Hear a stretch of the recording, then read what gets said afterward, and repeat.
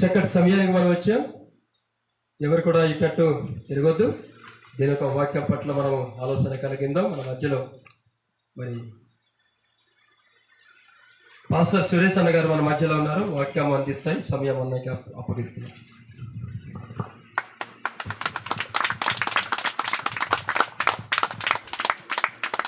ప్రార్థన చేసుకున్నామండి.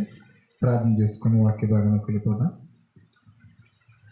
పరిశుద్ధులైన తండ్రి, ప్రేమగల మా దేవ, ఇంతవరకు కూడా మీ యొక్క పిల్లల ద్వారా చక్కటి పాటలతో ఆరాధనతో మేమందరం కూడా మేము తండ్రి మిమ్మల్ని మహిమపరిచి ఉన్నాము. ఆయన దేవ, చక్కటి పాటలతో ఆరాధనతో మా యొక్క ఆత్మీయ జీవితాలకు మనం తిరిగి గొప్ప భాగ్యాన్ని ఈ సమయంలో మా అందరికి కూడా అనుగ్రహించిన విధానంలోకి నీకు స్తుతులు స్తోత్రాలు. ఆయన ఇదిగో తండ్రి, మీ పిల్లలు కష్టార్జమితో ఈ 3 దినాలు నాయన అనేకమైన దేవుని మాటలు వినాలనే ఎంతో ఆశ కలిగి ఈ 3 దినాలు తండ్రి సభలు సిద్ధపరిచి నీ కుమారుల పట్ల నీకు స్తుతులు స్తోత్రాలు. ఆయన కొద్ది నిమిషాలు తండ్రి మీ పక్షముగా నిలవబడి మాట్లాడుతుండగా మీ చిత్తమైతే మీ యొక్క పరిశుద్ధాత్మ దేవుని సహాయాన్ని మెండుగా దయచేయమని, వింటున్న ప్రతి ఒక్కరు కూడా తండ్రి ఏ వినుచున్నామో ప్రతి ఒక్కరు కూడా ఆలోచించే గొప్ప పని వారందరికీ దయచేయండి. చెబుతున్న నాకు కూడా మంచి సమయోచితమైన జ్ఞానాన్ని నుంచి వర్ధిస్తూ యేసుక్రీస్తు వారి పవిత్రమైన నామంలో ఈ ప్రార్థనకు సమర్పించి ఉడికించున్నా మా పరమ తండ్రి, ఆమేన్.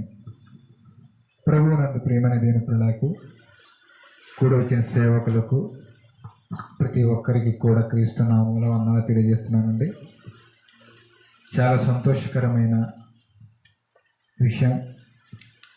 ఎందుకంటే ఇది ఇక్కడికి రావటం ఈ యొక్క పరిసర ప్రాంతాలలో మరి సూర్యబాబయ్య గారు, చంటి పాస్టర్ గారు, నేను నాలుగోసారి అనుకుంటుంది రావడం. ఎప్పుడొచ్చినా సరే అపారమైన ప్రేమ. పాస్టర్ గారు కూడా క్రీస్తు ప్రేమను నిజంగా ఎలా వ్యక్తపరచాలి, ఎలా తెలియచేయాలంటే నిజంగా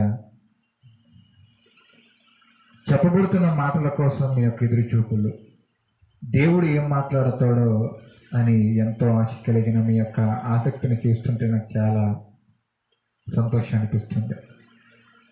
కాబట్టి దేవుని వాక్యం వినడానికి వచ్చిన మా అందరము కూడా, ఈవెన్ మాతో సహితం, మనందరికీ దేవుడు ఈ యొక్క దినంలో ఏమని తన యొక్క వాక్యము ద్వారా మాట్లాడుతున్నాడో మనందరం కూడా శ్రద్ధగా విందాం.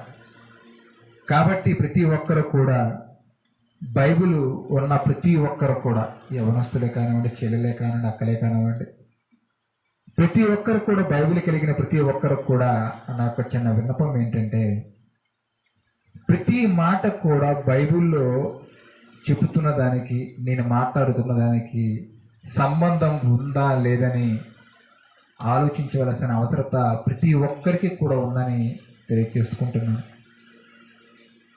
ఎందుకంటే యేసుక్రీస్తు వారు భూమి మీద బ్రతుకున్న దినాలలో ఇలాగే కొండ ప్రాంతాలకు వెళ్ళాడు, సముద్ర తీరాలకు వెళ్ళాడు, అనేకమైన పట్టణాలకు, గ్రామాలకు వెళుతూ ఒక మాట చెప్పాడు, ప్రాముఖ్యమైన మాట. అదేంటో ఒక్కసారి బైబిల్ ఉన్న ప్రతి ఒక్కరు కూడా చూసినట్లయితే మార్కు సువార్త 4వ అధ్యాయము 24వ వచనంలో ఒక చక్కటి మాట యేసు ప్రభు నోట నుంచి జాలవాడుతున్న ఒక పరిపూర్ణమైన మాట అక్కడ పలుకుతుంటాడు. మరియు ఆయన అంటే ఎవరు? యేసుక్రీస్తు వారు. అందరూ తీసారా బైబిల్? మార్కు సువార్త 4వ అధ్యాయము 24వ వచనం. మీరు ఏమి వినుచున్నారో జాగ్రత్తగా చూచుకోండి. వినే పని దేనికి అప్పగించాడు దేవుడు? వినే పని దేనికి అప్పగించాడు? అవయవాల్లో, చెవులకి, అంతేనా? చెవుల ద్వారా వింటాం మనంతా, అవునా కాదు? చెప్పండి. వినే పని దేనికి ఇచ్చాడు దేవుడు? చెవికి ఇచ్చాడు. ఆ చెవు గురించి మాట్లాడుతూ మళ్ళీ ఏమంటున్నాడు? మీరు ఏమి వినుచున్నారో జాగ్రత్తగా చూచుకోండి. ఎక్కడ చూడాలి మరి? అర్థమవుతుంది మీకు? ఏం వినుచున్నారో జాగ్రత్త. చూచుకోండి. ఎక్కడ చూడాలి? ఇదిగో బైబిల్ గ్రంథంలో ఉన్నాయి. ఆ బైబిల్ గ్రంథంలో ఉన్న ప్రతి మాట కూడా మన జీవితానికి ఏంటి అవసరం, మన జీవితానికి ఆ మాటలు దేవుడు ఏం చెప్పబోతున్నాడు, దానివల్ల మనకు ఉపయోగం ఏంటి, ఇవన్నీ చాలా జాగ్రత్తగా అర్థం చేసుకోవాలండి. అందుకనే ఈరోజు నా ఒక మంచి టైటిల్ మీతో మాట్లాడదామని వచ్చానండి. ఏంటంటే అది, దేవుడు అర్థం కాకపోతే జీవితం వ్యర్థమవుతుందా? చెప్తాం మనందరం కూడా. దేవుడు అర్థం కాకపోతే జీవితము వ్యర్థమవుతుందా? ఇది ప్రశ్న. ఈ ప్రశ్నకు మనం బైబిల్ నుంచి సమాధానం వెతుక్కుంటూ దేవుడు మనతో ఏం మాట్లాడుతున్నాడు, తద్వారా మనందరము కూడా ఏం నేర్చుకోవాలి అని ఏమండి చెవులతో వింటూ కళ్ళతో దేవుడు రాయించిన బైబిల్ గ్రంథంలో మనందరం కూడా చూసుకోవాలి. స్టార్ట్ చేద్దాం.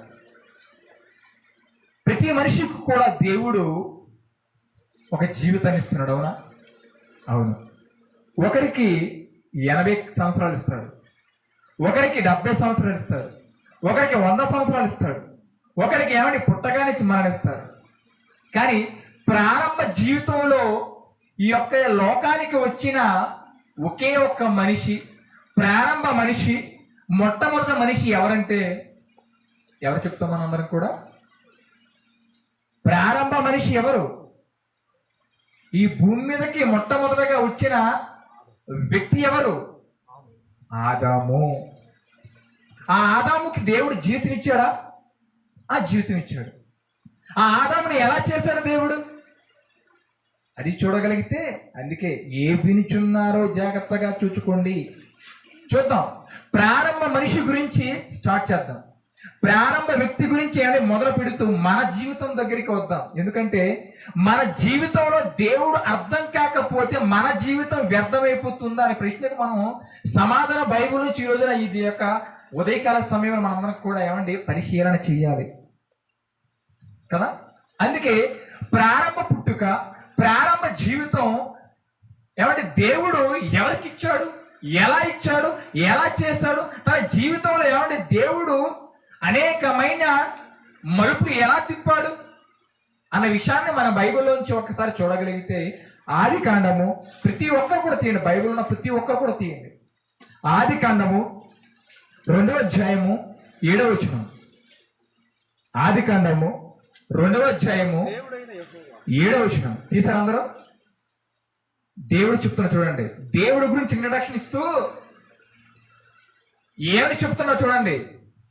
దేవుడైన యెహోవా, దేవుడైన యెహోవా, దేవుడైన యెహోవా నేలమంటితో నరుని నిర్మించి, దేనితో?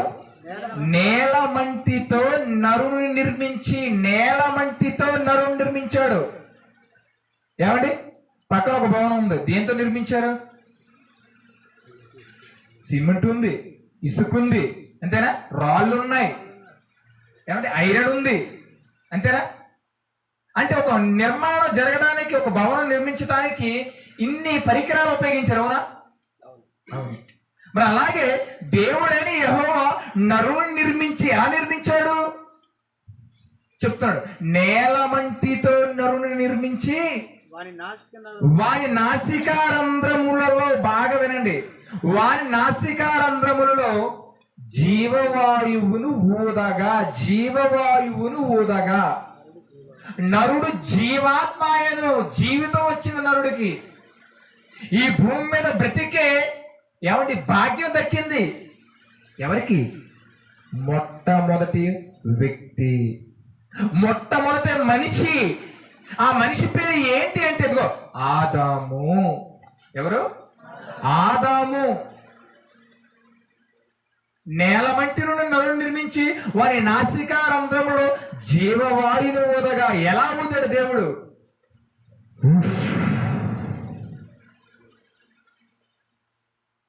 ఎక్కడ? నాసికారంధ్రములలో. అంటే దేవుని యొక్క ప్రణాళిక చూడండి, ఆలోచించండి.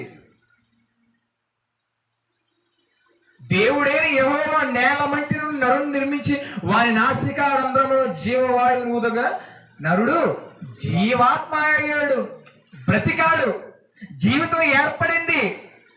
ఏర్పడిన తరువాత ఆ యొక్క ఆదాముకు దేవుడు భూమి మీద నువ్వు ఇన్ని దినాలు బ్రతకాలి, నీ జీవితంలో ఇన్ని దినాలు బ్రతకాలి, నీవు నేను చేసిన ఈ ప్రకృతిలో, నేను చేసిన ఈ సృష్టిలో నీకు నేను ఒక జీవితాన్ని ఇచ్చాను. ఆ జీవితంలో నువ్వేం చేయాలో తెలుసా? నా మాటలు నువ్వే వినాలి, నా కొరకు నువ్వు బ్రతకాలి, నా గురించి నువ్వు ఆలోచించాలి, నేను ఏది చెప్తే నువ్వు అది చెయ్యాలి అని దేవుడు అయిన యెహోవా ప్రారంభ వ్యక్తి అయిన ఆ మనిషికి ఆదాము గారికి చెప్పడం జరిగింది. ఏం చెప్పాడు అసలు ఆదాము గారికి ఏం చెప్పాడు? జీవితం ఇచ్చాడు. అంతే కదా, జీవితం ఇచ్చాడు, జీవనాన్ని ప్రవేశించాడు లోపలికి, జీవాన్ని ఊదాడు దేవుడు. ఊదిన దేవుడు నిజంగా ఆదాము గారికి చెప్పిన మాట ఏంటి అని ఆలోచిస్తే ఆదికాండము చూడండి, ఆదికాండము 16వ వచనం చూడండి, 2వ అధ్యాయం 16వ వచనం. మరియు దేవుడైన యెహోవా ఈ తోటలోనున్న ప్రతి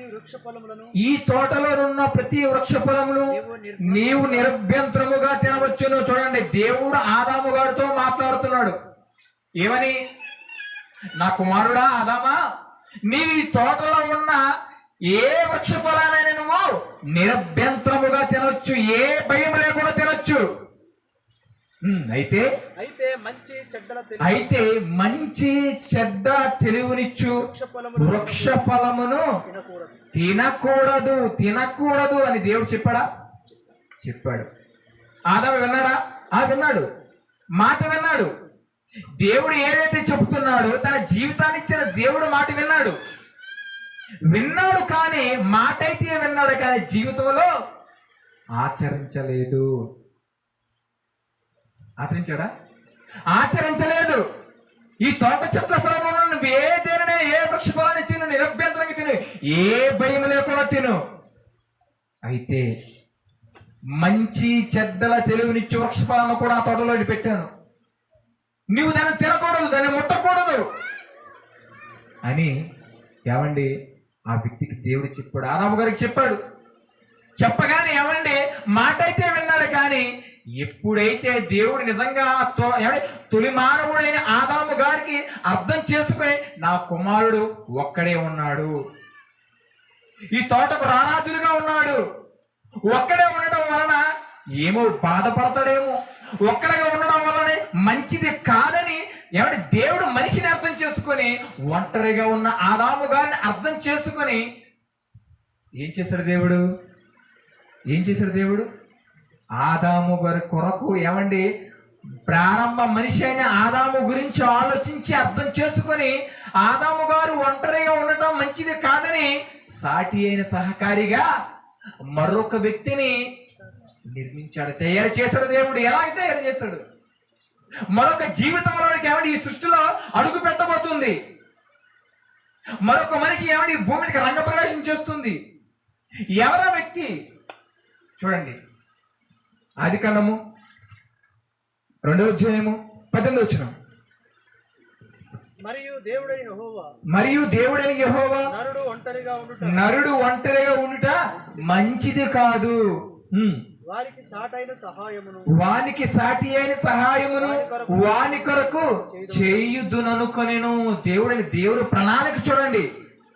అంటే ప్రారంభ మనిషిని దేవుడు అర్థం చేసుకుంటున్నాడు.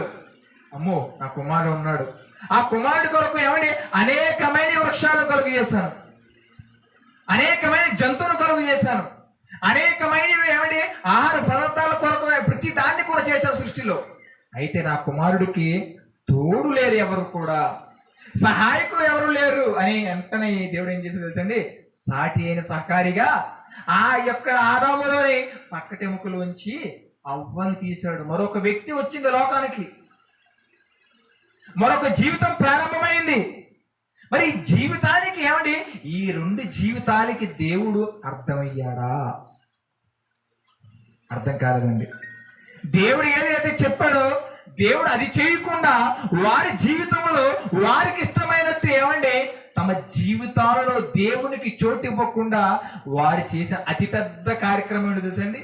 అతిపెద్ద తప్పుడే పని ఏంటో తెలుసండి? అతిపెద్ద నేరం ఏంటో తెలుసండి? దేవుని మాట వినకపోవడం. తమ జీవితాలలో దేవుడు అర్థం కాలని వాళ్ళకి ఎందుకు చెప్పాడు తినొద్దు అని ఆలోచించారా? ఆలోచించలేదండి. తినవద్దని పండునే ఇద్దరు కలిసి తిన్నారు. ఏమండి, నీవు దినమున చచ్చిపోదువు, నువ్వు చచ్చిపోతావు ఆదము. నిరభ్యంతరంగా చెప్తున్నాను, నిజంగా నువ్వు ఎప్పుడైతే ఆ యొక్క పండును నువ్వు స్వీకరిస్తావో భుజిస్తావో ఏమండి నువ్వు చచ్చిపోతావు, నా నుంచి దూరం అయిపోతావు, నాకు నీకు సంబంధం లేదుగా అని ఏమండి దేవుడు చెప్పాడండి. అలా వస్తూ వస్తూ వస్తూ వస్తూ ఏమండి అనేక మంది వారి ద్వారా ఏమండి ఈ భూజనాంగం అంతా కూడా నిండిపోయిందండి. అప్పటి నుంచి ప్రారంభ మనిషి నుంచి ఏమండి వారిద్దరిని కూడా కలిపాడు, జతపరిచాడు, పెళ్లి చేశాడు, వివాహం చేశాడు. మీ ద్వారా ప్రతి ఒక్కరికి కూడా జీవితాలు కావాలి, ప్రతి ఒక్కరు కూడా భూమిని నిండించాలి. మీ ఇద్దరికి చెప్పిన పని తెలుసా? భూమిని నిండించండి, అభివృద్ధి పరచండి. ప్రతి ఒక్కరు కూడా నా యొక్క సంకల్పం ఏంటో, నా యొక్క అభిలాష ఏంటో, నా యొక్క ఇష్టం ఏంటో, దేవుడు కూడా నన్నేంటో ప్రతి మనిషి కూడా అర్థం చేసుకోవాలి అన్నాడండి దేవుడు. దేవుని యొక్క సంకల్పం ఎలా దెబ్బతీశారు, దేవుని యొక్క ఉద్దేశం, దేవుని యొక్క ఆలోచన, దేవుని యొక్క ప్రణాళిక ఎక్కడ దెబ్బతిన్నదో తెలుసండి? ప్రారంభ జీవితంలోనండి. ప్రారంభ దంపతులలో ఏమండి దేవుని యొక్క ప్రతిదీ కూడా ఏమండి దేవుడు కళల కన్నా సామ్రాజ్యం అంతా ఏమండి కొల్లకూలిపోయిందండి. ప్రతి ఒక్కరు కూడా దేవుని కొరకు బ్రతకాలని దేవుని ఆశపడుతుంటే ఏ ఒక్కరు కూడా ఆనాటి నుంచి నేటి వరకు కూడా ఏమండి ప్రతి ఒక్కరు కూడా జీవితాలు ఎలా ఉన్నాయో తెలుసండి? జీవితంలో అన్నీ ఉంటున్నాయి. ఏమండి భార్య భర్తకు అర్థమవుతుంది, పిల్లలు ఏమండి తల్లిదండ్రులకు అర్థమవుతున్నారు, లేదా పిల్లలు ఏమండి పిల్లల వలస తల్లిదండ్రులు అర్థం చేసుకుంటున్నారు. అన్ని రంగాలలో అన్ని వ్యవస్థలు ఏమండి అన్నీ అర్థమవుతుంది మనిషికి. మరి దేవుడు అర్థమవుతున్నాడు ఆ మనిషికి? నిజంగా దేవుడు ఎంత గొప్పవాడు అంటే అండి, మనల్ని దేవుడు అర్థం చేసుకుని ఏమండి సూర్యుడు కావాలని ఎవరైనా అడిగారండి దేవుడికి? నాకు కావాలి సూర్యుడు అని అడిగారా?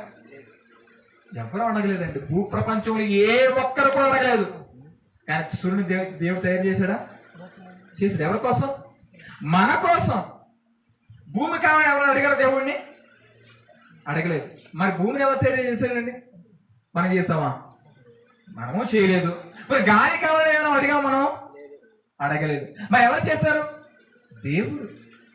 ఎవరు అడగకుండా, ఎవరు చెప్పకుండా మన మనసు ఎవరిని అర్థం చేసుకుని దేవుడు మనకు ఇవన్నీ దారపోస్తున్నాడే, ఇవన్నీ కూడా ఇస్తున్నాడే. అడగక ముందే మన జీవితం ఇచ్చాడు. అడగక మునిపే ఏమండి ఈ ప్రకృతిని చేశాడు. అడగక మునిపే ఏమండి సూర్య చంద్రుడు నక్షత్రం అన్నింటినీ కూడా మన కొరకు ఈ పంచభూతాలను చేశాడే. మరి దేవుడు నీకు నాకు ఏం అర్థమయ్యాడు, ఎలా అర్థమయ్యాడు? ఆలోచించండి. ఏమండి ప్రారంభ మనుషులకి నేను అర్థం కావాలి, ఈ సృష్టిని అంతా నేనే చేశాను, నా మాటలు వినాలని ఏమండి ప్రారంభ దంపతులకు ఏమండి జీవితాన్ని అనుగ్రహించాడు దేవుడు. వారికి అర్థమయ్యాడు దేవుడు? అర్థం కాలేదండి. అక్కడే దేవుని యొక్క సంకల్పం దెబ్బతిన్నదండి. అలాగే ఏమండి ప్రతి ఒక్కరు కూడా ఒకరి తర్వాత కాకపోతే ఒకరు కాకపోతే ఒకరు ఏమండి ప్రతి ఒక్కరు కూడా నన్ను అర్థం చేసుకుంటారులే, వారి జీవితంలో నాకు స్థానం కల్పిస్తారు, నన్ను ఈ సమాజానికి చూపిస్తారు, నా యొక్క ఏమంటే క్యారెక్టర్, నా యొక్క స్వభావం, దేవుడిగా ఉన్న నాలో ఉన్న పరిశుద్ధత లోకం అంతా కూడా ఉంటుందని దేవుడు ఎంతగానో ఆశపడుతుంటే ఈరోజు మనుషులందరూ కూడా ఎలా ఉన్నారు, ఎలా మారిపోయారు అని దేవుడు ఏమండి వాపోతూ, దేవుడు నిజంగా ఏమండి దేవుడికి నిజంగా మనుషులందరూ కూడా చూసిన తరువాత దేవుని హృదయంలో ఒక ఆలోచన పుట్టిందండి. మనుషులందరూ కూడా దేవుడు చూస్తున్నాడు. వారి జీవితాలు ఎలా ఉన్నాయి, వారి జీవితంలో ఏమేమి ఉన్నాయి, ఇవన్నీ కూడా దేవుడు ఏమండి ప్రతి మనిషిని పరిశీలించగా ఆయనకి కనబడిన రిజల్ట్ ఏంటి తెలుసండి? ఆయనకి కనబడిన ఫలితం చూద్దాం ఒకసారి. బైబిల్లో చూడండి ఒకసారి. కీర్తన గ్రంథము 52వ అధ్యాయము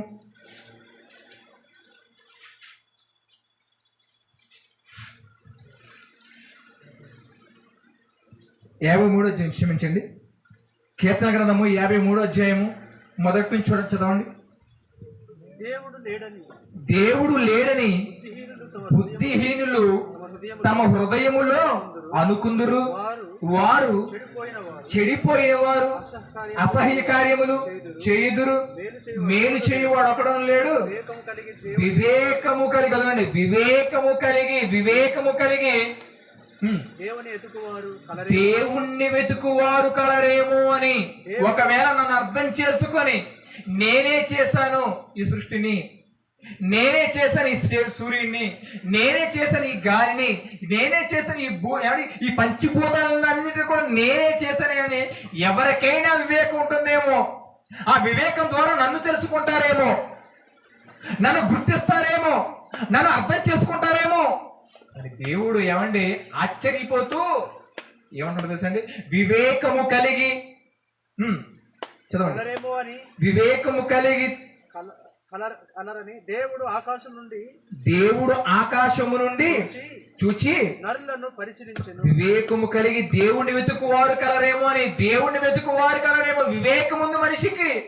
ఏవేమో కొనుక్కుంటున్నాడు, ఏదేదో వెతుకుతున్నాడు, కానీ మనిషి మాత్రం దేవుణ్ణి వెతకటం లేదు.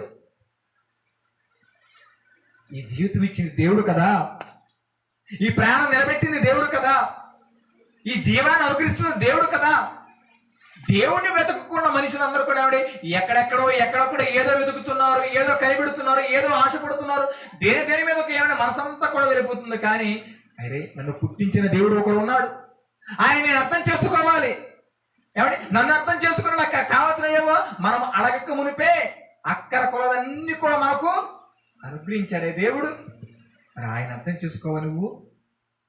ఆయన నీకు ఎలా అర్థమయ్యాడు దేవుడు ఈ రోజున?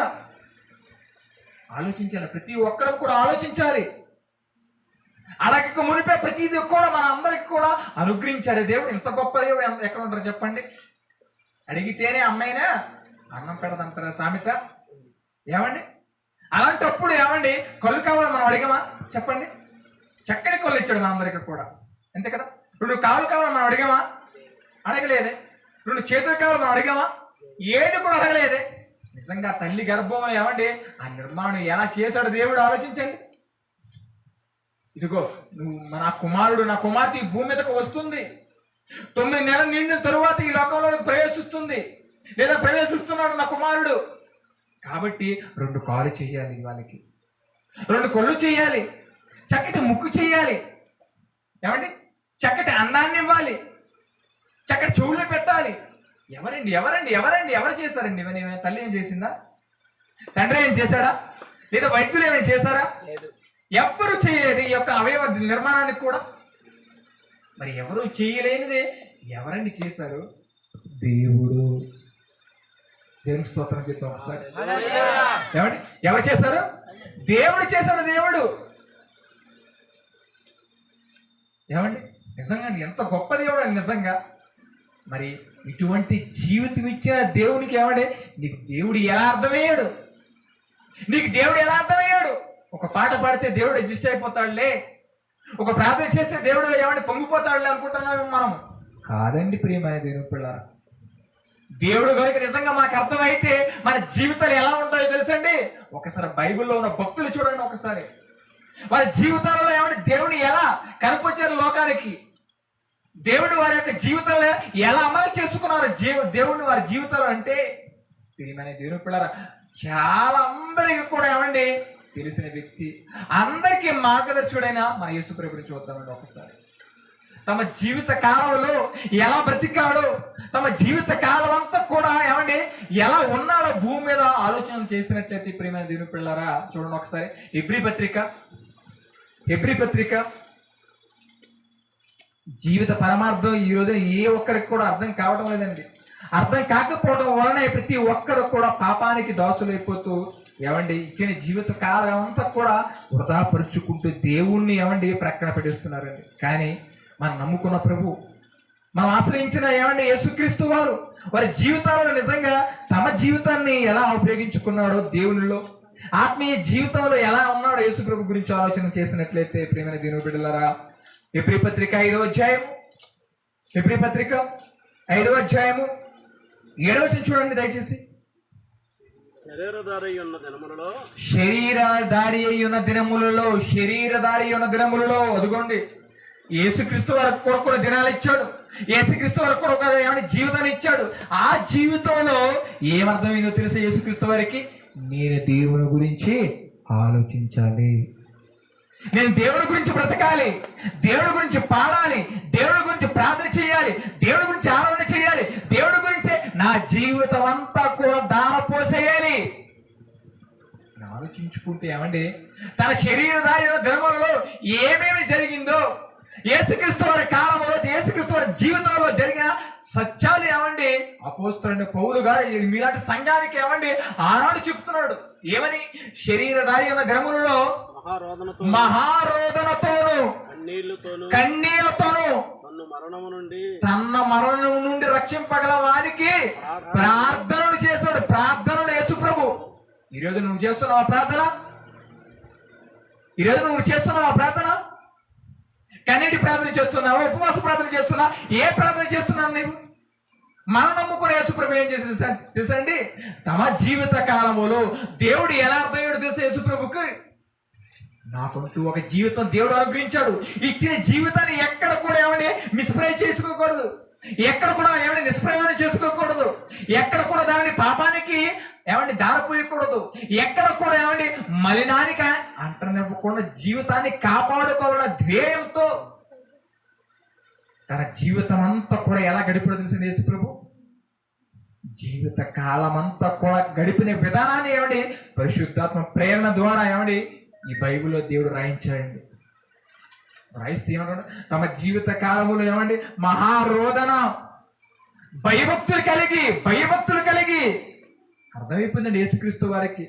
అమ్మో, దేవుడు ఈ జీవితం ఇచ్చాడంటే నాకు ఈ జీవితంలో మరణించినంత వరకు కూడా నా జీవితంలో ఏముండదు తెలుసా? భయం ఉండాలి, భక్తి ఉండాలి. కానీ ఈరోజు మనుషులు కనబడుతుంది ఈ రెండు. మనసు పెట్టి ఒకసారి ఆలోచించండి. మనిషి జీవితంలో ఇది కనబడుతుందా? భయం కనబడుతుందా? భక్తి కనబడుతుందా? ఏమండి కుక్క అంటే భయపడతాడు, పావు అంటే భయపడతాడు, ఏమండి తనకంటే ఏదైనా పెద్దది ఏమని ఆవంటే, గేదంటే, పులంటే అనేకమైన వాటి గురించి ఏమని మనిషి బాధపడతాడు, భయపడతాడు. దేవుడు అంటే దేవుడా? చూసారా ఎంత నిర్లక్ష్యం? దేవుడు ఏం చేస్తాడులే అంటే మనిషికి ఏమండి భయం ఉందా? దేవుడు అంటే తప్పు చేస్తే దేవుడు తాళ తీసేస్తాడు. ఎవరికైనా భయం ఉందా? స్త్రీకి కానీ, పురుషులు కానీ, యవనస్తులు కానీ, ఏమండి పెద్దవారికి కానీ, వృద్ధులకే కానీ ఎవరికైనా ఉందా భయం అంటే? దేవుడు అంటే ఎవ్వరికి భయం లేదండి. భయం ఉంటే సమాజం ఎప్పుడో బాగుపడేది. భయం ఉంటే ఏ రోజు ఏమని నిజంగా ప్రతి ఒక్కరంటే ఏమండి భయం ఉన్నా, భక్తి ఉన్నా, దేవుడి మీద శ్రద్ధ ఉన్నా ఏమండి సమాజం అంతా కూడా ఎంతో చక్కగా ఏమండి ఈ రోజున మనందరం కూడా ప్రేమ తత్వాలతో సమాజం అంతా కూడా నిండిపోయేది. కానీ సమాజం కనబడుతుందా? ప్రేమ లేదు, భయం లేదు, భక్తి లేదు, దేవుడున్న సంగతే మర్చిపోయింది సమాజం. కానీ దేవుడు ఏమండి తన యొక్క మాట ద్వారా, తన సేవకుల ద్వారా, తన యాజకుల ద్వారా, తన ఏర్పరచుకున్న వారి ద్వారా అనేకమైన మాటలు ఏమంటే నాటి నుంచి నేటి వరకు కూడా ఎందుకు తన బోధకులు నుంచున్న పెట్టి ఇన్ని మాటలు చెప్తున్నాను తెలిసి ఎందుకు అర్థం? జీవిత పరమార్థం ప్రతి ఒక్కరు కూడా ఎరగాలి. ప్రతి ఒక్కరి జీవితంలో దేవుడు అర్థం కావాలి. అర్థం కాకపోతే ఒకవేళ తన జీవితం ఎలా వ్యర్థమైపోతుందో ఈ రోజున మనం ఏమండి తెలుసుకోబోతున్నాం. నిజంగా యేసు ప్రభు జీవితం కావాలని చూడండి ఒకసారి. ఎక్కడ కూడా పాపం చేయలేదు, ఎక్కడ కూడా అబద్ధం ఆడలేదు, ఎక్కడ కూడా ఏమండి ఏది కూడా అక్రమం చేయలేదు. అందుకని ఏమండి ఎన్నో కోట్ల మంది ఆయన ఎందుకు ఆరాధిస్తున్నారో తెలుసా? తన జీవితంలో దేవుడు అర్థమయ్యాడు యేసు ప్రభుకి. అర్థమై ఏమండి తన జీవిత కాలం అంతా కూడా ఎలా బ్రతుకుడో ఏమండి ఆలోచన చేస్తే యోహాను సువార్త చూడండి ఒకసారి. యోహాను సువార్త 17వ అధ్యాయము, యోహాను సువార్త 17వ అధ్యాయము 4వ వచనం చూడండి దయచేసి. చేయుటకు నీవు నాకు ఇచ్చిన పని చేయుటకు నీవు నాకు ఇచ్చిన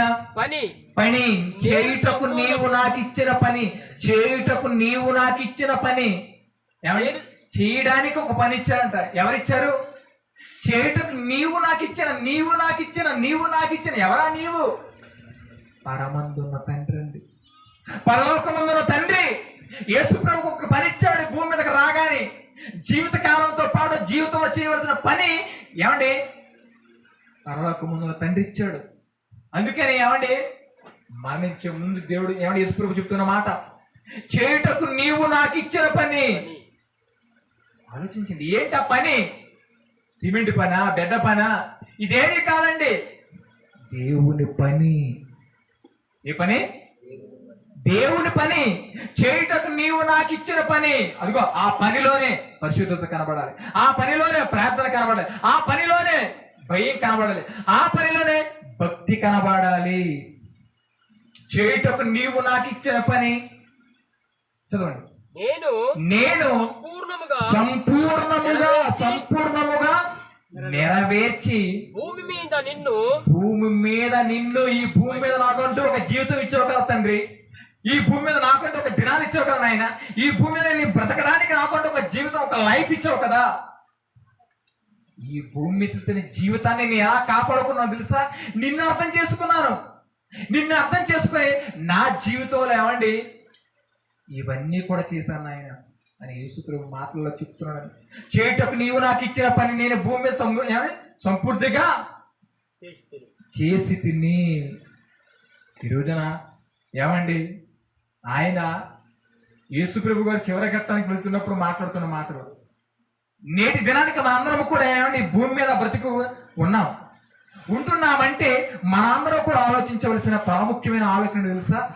నా జీవితంలో దేవుడు నాకు ఎలా అర్థం అయ్యాడు, నా జీవితంలో దేవుడు నాకు అర్థం కాకపోతే నా జీవితంతో ఎలా వ్యర్థమైపోతుంది ఈరోజు మనం ఆలోచించాలి. అందుకని ఏమండి భూమి మీదకి మరొక వ్యక్తి పుట్టాడు. పుట్టగానే ఏమండి వాడి లైఫ్ ఎలా ఉంది? ఎన్నోసార్లు మనం చదువుకున్నాం. వాడి జీవితం ఎలా ఉంది అంటే వాడు ఎవడు కాదండి, ధనవంతుడు. ధనవంతుడికి జీవితం ఇచ్చాడు దేవుడు, ఆ జీవితం ఇచ్చాడు. దరిద్రుడికి జీవితం ఇచ్చాడు దేవుడు, ఆ జీవితం ఇచ్చాడు. ఇద్దరికి కూడా జీవితం ఇచ్చాడు కదా. ఇద్దరికి జీవితం ఇచ్చినప్పుడు ఏమండి నిజంగా వారి యొక్క మరణాలు మనందరికీ తెలుసు. ఒకసారి చూద్దాం, ఆ యొక్క సందర్భం కూడా చూసుకుని ముందుకు కొనసాగిపోతుంది. చూడండి ఒకసారి లోకసువార్త 16వ అధ్యాయము 19 నుంచి చదువుదాం. ధనవంతుడు ఒకడు ఉండెను. అతడు ఊదారంగు బట్టలను వారి యొక్క జీవితంలో ఏమైనా జరుగుతున్న ప్రతిదీ కూడా చెప్తున్నానండి. చూడండి, సన్నపు నార వస్త్రములను ధరించుకొని ప్రతి దినము చూడండి దేవుడు తనకు కోసం కొన్ని దినాలు ఇచ్చాడు. అంటే దినాలు ఇచ్చాడంటే జీవితం ఇచ్చాడు, అంతే కదా. దినాలు ఇచ్చాడంటే జీవితం అనుగ్రహించాడు దేవుడు. ఆ జీవితంలో ఎలా వ్యర్థంగా ఏమండి ఆ మనిషి, ఆ వ్యక్తి, ఆ పర్సన్ ఏమండి ఎలా మిస్యూజ్ చేసుకుంటున్నాడు జీవితాన్ని. ప్రతి దినము చదవండి. బహుగా సుఖపడుచుండువాడు. ధనవంతుడు ఒకడు ఉన్న అతను ఉదారంగు బట్టలను సన్నపు నార వస్త్రము ధరించుకున్న ప్రతి దినము బహుగా సుఖపడుచుండువాడు. సుఖం ఉన్నదొకటే జీవితం కదా, ఉన్నదొకటే జిందగీ కదా. ఎలా చేయలేదు తెలుసా? సుఖంగా బ్రతకాలి. దేవుడు అవసరం లేదు నాకు. ఈ భూమి మీద ఏమంటే తాగాలా, తాగేస్తాను. తినాలా, తినేస్తాను. ఏమంటే మంచి వస్త్రం ధరించుకోవాలి, స్టైల్గా కనబడాలి, స్టైల్గా కనబడాలి. దేవుడితో మాకు పని లేదు అన్నట్టుగా బ్రతికాడండి. ఎలా బతికాడు? దేవుడితో నాకు పని లేదు, దైవంతో నాకు అవసరం లేదు, దేవుడు అంటే నాకు ఏమన్నా అసలు అవసరమే లేదు, ఏర్పడలేదు నాకు అనుకుని తమ జీవితం అంతా కూడా ఎలా బతికాడు? సుఖమయముతో బతికాడు. సుఖపడుచుండు, ప్రతి దినము కూడా సుఖపడుచుండు. ప్రతి దినము కూడా కష్టమే ఎరగని వాడుగా బ్రతికాడండి వాడు. తర్వాత లాజరు అను ఒక దరిద్రుడుండును. వాడు కురుపులతో నిండిన వాడే ధనవంతుని ఇంటి వాకిట పడి ఉండి అతని బల్ల మీద పడి నుండి రొట్టె ముక్కలతో ఆకలి తీర్చుకుని గోరును. అంతేకాక కుక్కలు వచ్చి వారి కురుపులు నాకెను. ఆ దరిద్రుడు చనిపోయి దేవదూతల చేత అబ్రాహ్మణమును ఆనుకొనుటకు కొనుపోబడిను. ఏమండి భూమి మీద ఉన్నంత కాలం కూడా ఎవరి జీవితం బాగుంది చెప్పండి? ధనవంతుడి జీవితం బాగుందా, దరిద్రుడి జీవితం బాగుందా చెప్పండి? భూమి మీద బ్రతుకుతున్నప్పుడు ఏమంటే ఈ సందర్భంలో దేవుడు రాయించిన ఈ యొక్క సందర్భంలో ఎవరి జీవితం బాగుంది? ధనవంతుడి జీవితం బాగుంది. ఎందుకే బాగుంది? రోజు కూడా సుఖం. ఏమండి మీకు రోజు కూడా సుఖం కావాలంటే మీరు ఎంతమంది ఏమండి నాకు వద్దని సుఖం కావాలనుకుంటారు చెప్పండి అంటా మనం? అసలు ఎందుకంటే నాకు కావాల్సిందే సుఖం కావాలి. కానీ సుఖం ఎప్పటికైనా ఏమండి నష్టాన్ని కలిగిస్తుందండి. అందుకని యేసుక్రీస్తు వారు తమ జీవితంలో ఎలా ఉందని చదివించిందాక మహారోదనతోను కన్నీరుతోను భయముతో భక్తితో యేసుక్రీస్తు వారు ఏమో తన జీవితంలో ఉన్నారు. మరి ధనవంతుడు ఎలా ఉన్నాడు? ప్రతి దినం సుఖపడుతున్నాడు. ఏది కావాలంటే అది, ఏమండి ఏది అనుభవించాలంటే అది. దేవుడితో పని లేదు. మరి ఇంకా డైరెక్ట్ ఏమంటే డబ్బుతోనే డైరెక్ట్ అంత సుఖమయమవుతానే జీవితం అంతా కూడా, లైఫ్ అంతా సుఖం సుఖం సుఖం సుఖం, హ్యాపీనెస్సే, సంతోషకరమైన జీవితమే. అయితే ఒకనొక రోజు మరణించాడు, చావు వచ్చింది. వాడు ఎంత ఆటగాడైనా, ఎంత పూడిగాడైనా, ఎంత అందమైనా, ఎంత అందహీనుడైనా మరణం అనేది ప్రతి ఒక్కరికి కూడా సంభవిస్తుంది. ప్రతి ఒక్కరిని కూడా కదిలిస్తుంది ఆ మరణం. మరణించిన తరువాత వాడి యొక్క జీవితం ఏమండి ఎలా మారిపోయింది తెలుసండి? ఎలా మారిపోయింది చదవండి. లూకా సువార్త 16:25. అందుకు అబ్రహాము 24 తండ్రివైన అబ్రహామా 23 నుంచి బాగుంటుంది. అప్పుడు అతడు పాతాళములో బాధపడుచు కన్నులెత్తి దూరం నుండి అబ్రహామును అతని రొమ్మును ఆనుకున్న లాజరును చూచి, అదేంటండి స్థితిగతులు మారిపోనాయి.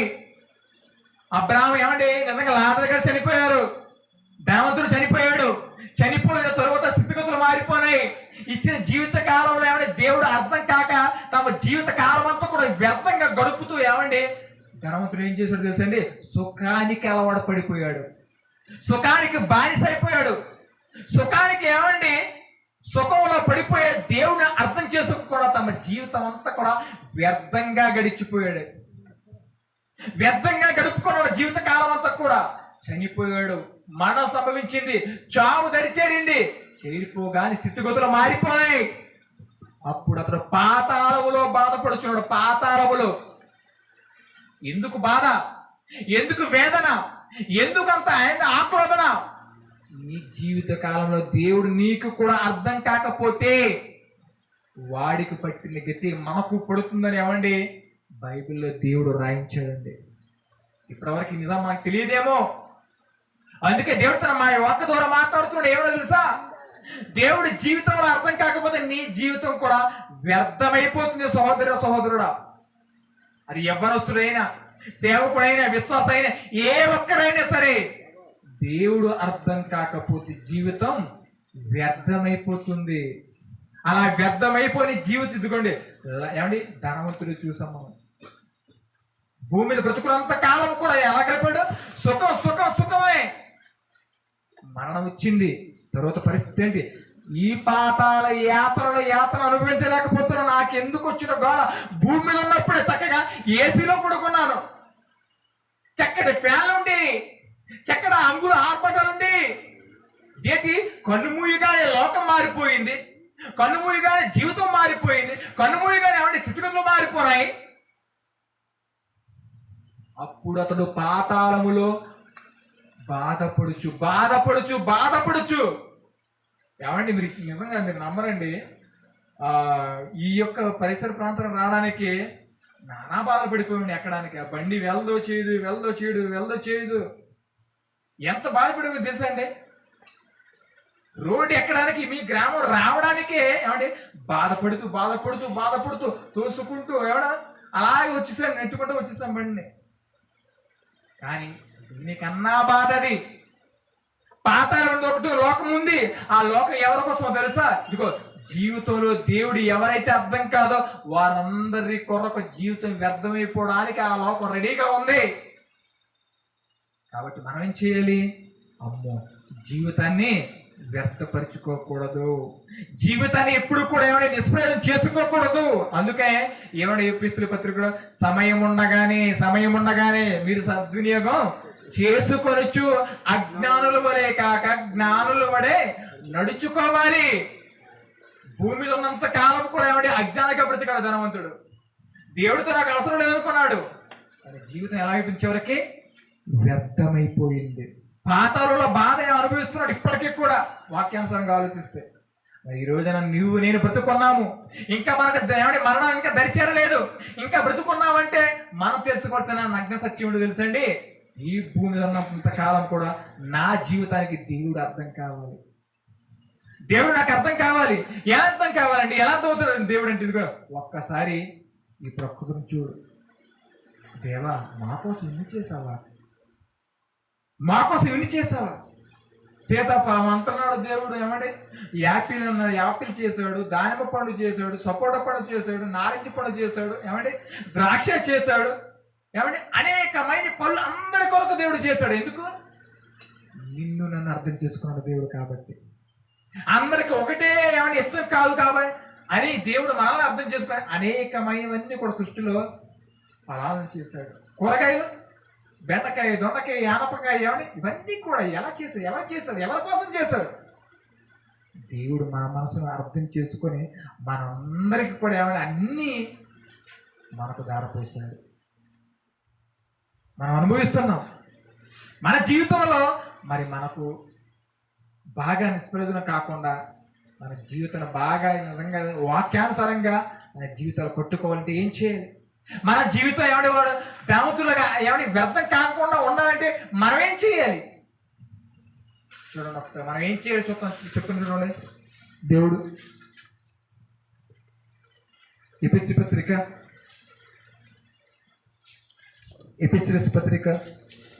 5వ అధ్యాయము 15 చూడండి. దినములు చెడ్డవి గనుక మీరు సమయమును పోనీయక సద్వినియోగం చేసుకొని అజ్ఞానుల వలె కాక జ్ఞానుల వలె నడుచుకున్నట్టు జాగ్రత్తగా చూసుకోండి. ఇందు నిమిత్తము మీరు అవివేకులు కాక ఏదేదే ప్రభువు యొక్క చిత్తమేమిటో, ప్రభువు యొక్క ఇష్టమేంటో అదిగోండి. ప్రభువు యొక్క ఇష్టమేంటి? దేవుడు అంటే మనంతా నిజంగా దేవుడు మనకు అర్థమైతే, దేవా నీకేంటి ఇష్టం? నీకేంటి ఇష్టం? నీకేంటి అసలు? నువ్వేం లైక్ చేస్తావు? నువ్వు నా నుంచి నువ్వు కోరుకునేది ఏంటి? నా నుంచి నువ్వు ఆశించేది ఏంటి? దేవుడు మాట్లాడుతున్నాడండి వాక్యం ద్వారా. ఏమని? ప్రభు యొక్క చిత్తం ఏమిటో గ్రహించి, ప్రభు యొక్క చిత్తం ఏంటో గ్రహించి, దేవుడి యొక్క ఇష్టం ఏంటో గ్రహించి. మరి దేవుడి ఇష్టం ఏంటి? ఇది ఒక ప్రశ్న. మరి మళ్ళీ మన బైబిల్లో దీనికి సమాధానం వెతుకుతామండి. ఈ సమాధానం వెతుకు ముగించుకోండి. అంటే ప్రభు యొక్క చిత్తం ఏంటో మనం తెలుసుకోవాలి. ఎందుకు తెలుసుకోవాలంటే జీవితం మనకు అర్థం కావాలంటే, దేవుడు మనకు అర్థం కావాలంటే ఎలా అర్థం కావాలంటే ఇదిగో బైబిల్లో వాక్యం చెప్పాడు. ఏమని? ప్రభు యొక్క చిత్తం ఏంటో గ్రహించండి. మీరు గ్రహించండి. మీరు గ్రహిస్తే మీ జీవితానికి ఒక అర్థం దొరుకుతుంది, అర్థం ఉంటుంది. మరి అర్థం కావాలంటే, దేవుడు మనకు అర్థం కావాలంటే మనం ఏం చేయాలి? ఇదిగో ప్రభు యొక్క చిత్తం ఏంటో గ్రహించాలి. ఇంతకు ప్రభు యొక్క చిత్తం ఏంటో మనం తెలుసుకోవాలి. మేక గ్రంథము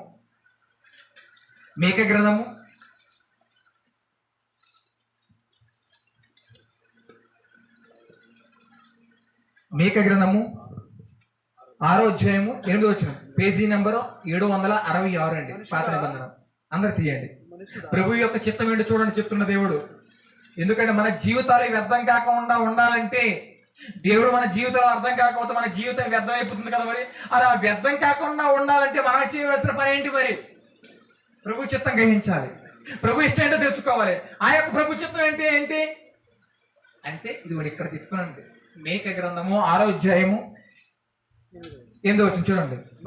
మనుషుడా ఏది ఉత్తమమో అది నీకు తెలియజేయబడి ఉన్నది. చూడండి, మీకు మీ జీవితాలు వ్యర్థం కాకుండా ఉండాలంటే, మీ జీవితంలో దేవుడు అర్థం కావాలంటే, ఆ ధనవంతుల్లో వ్యర్థం కాకుండా ఉండాలంటే, మీ జీవితం నిజంగా సుఖమయంగా ఉండాలంటే, మీ జీవితం అంతా కూడా ఆనందాలతో ఉండాలంటే, మీ జీవితం అంతా కూడా మంచి మేలు పొందాలనుకుంటే, మీ జీవితంలో దేవుడి యొక్క ఆశీర్వాదాలు పొందాలంటే మనందరం కూడా ఏం చేయాలి తెలుసండి? మనుషుడా ఏది ఉత్తమమో నీకు తెలియజేయబడి ఉన్నది. ఏంటయ్యా, ఏం తెలియజేసావయ్యా అంటే అలా కంటిన్యూ చేస్తామండి. ఏది ఉత్తమమో అది నీకు తెలియజేయబడి ఉన్నది. న్యాయముగా నడుచుకోవాలి నువ్వు మొట్టమొదటగా.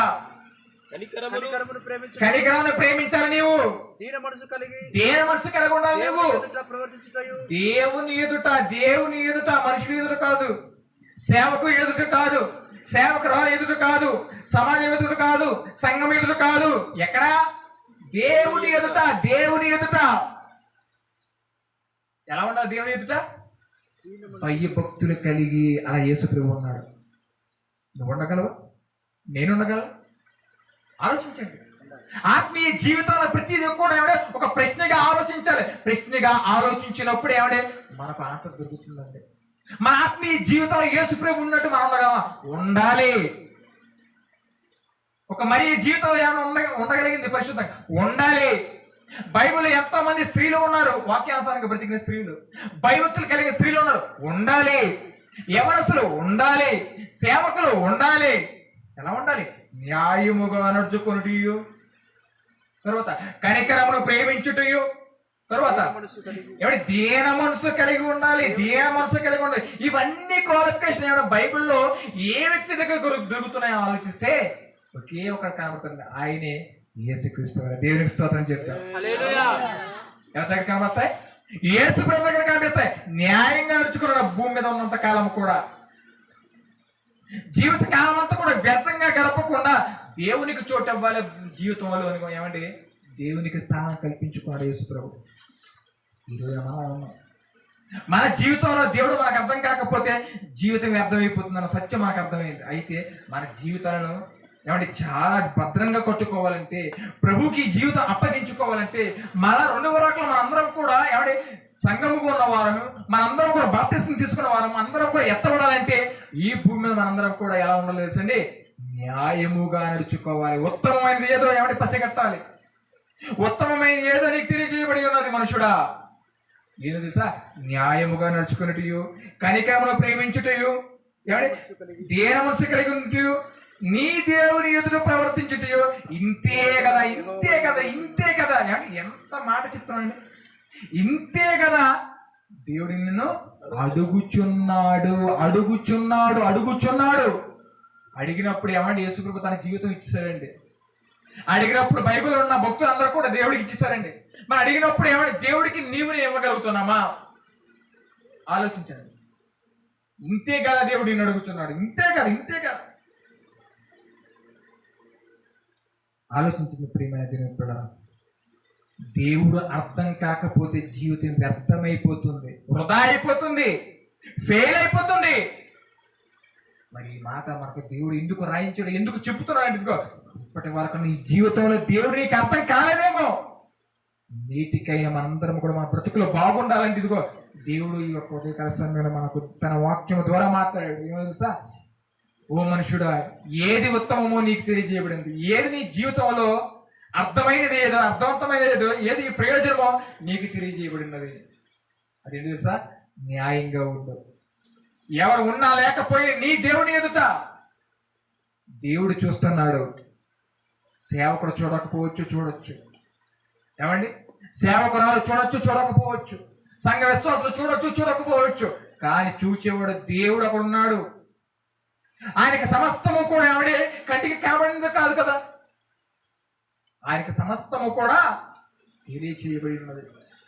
కాబట్టి మనుషుడా, ఏది ఉత్తమం అది నీకు తెలియచేయబడి ఉన్నది. ఇది న్యాయముగా నడుచుకోవాలి, దీన మనసు కలిగి ఉండాలి, కనికరమును ప్రేమించాలి. ఇంతే కదా దేవుడు నిన్ను అడుగుతున్నాడు. ఇది అడిగిన జీవితంలో ఏమండి దేవుడు నీకు అర్థమైతే నీ జీవితం నా జీవితం అర్థం కాదండి. దేవుడు మనకు అర్థం కాకపోతే మన జీవితం వ్యర్థం అయిపోతుంది. నిర్ణయం మీకు విడిచిపెడుతున్నాను. దేవుడికి స్థానం ఏమండి మీ జీవితంలో దేవుడికి స్థానం కల్పించుకొని మీ జీవితాన్ని ఏమండి చక్కగా అందమైనదిగా పరలోకంలో కట్టుకుంటారు. లేదా ధనవంతుడిలాగా తన జీవిత కాలం అంతా కూడా సుఖపడుతూ ఏమండి దేవుడితో నాకు అవసరం లేదు, దేవుని మాటలతో నాకు అవసరం లేదు అనుకుని ఏమండి తన జీవిత కాలం అంతా కూడా దేవుడిని తృణీకరించాడు, పాతాళంలో యాతన పడుతున్నాడు. అదే బైబిల్ మనకు చెప్పిన నగ్న సత్యం. నిర్ణయం విడిచిపెడుతున్నాను. కళ్ళు మూసుకొని ప్రార్థన చేసుకున్నాం. పరిశుద్ధుడైన తండ్రి, ప్రేమగల మా దేవ, నీ యొక్క పరిశుద్ధమైన నామమునకు స్తుతులు స్తోత్రాలైనా. ఇదిగో తండ్రి, నీ పిల్లలకు నైనా మరి ఏర్పాటు చేయబడిన 3 దినాల సభల్లో తండ్రి, మరి మొదటిగా నేటి దినానికి మా అందరితో తండ్రి చక్కగా మాట్లాడే విధానానికి నీకు వందనములు దేవా. దేవా, మేమందరం కూడా నాయన మిమ్మల్ని అర్థం చేసుకోకపోతే మా జీవితాలు తండ్రి వ్యర్థమైపోతాయని ఒక టాపిక్ తండ్రి నీ పిల్లల తండ్రి పురుగుల పని ఆయన మీ పిల్లలు విన్నారు. నిజమే తండ్రి, బైబిల్లో ఉన్న చరిత్ర తండ్రి మరి చరిత్రలో ఆలోచిస్తే మేము అందరం కూడా నాయన మరి ధనవంతుడు లాజరుని తండ్రి ఇద్దరు వ్యక్తుల ద్వారా తండ్రి సర్వ సమాజానికి సత్యాన్ని తండ్రి ఆనాడు యేసుక్రీస్తు ద్వారా తండ్రి మా అందరికి కూడా తెలియజేసావు నాయన. తమ జీవిత కాలం అంతా కూడా తండ్రి వ్యర్థంగా గడుపుకుంటూ తండ్రి నీకు స్థానం కల్పించకుండా తండ్రి తన జీవితాన్ని వ్యర్థమై చేసుకుంటూ పాతాళంలో తండ్రి ధనవంతుడు యాతన పడుతున్నాడు నాయన.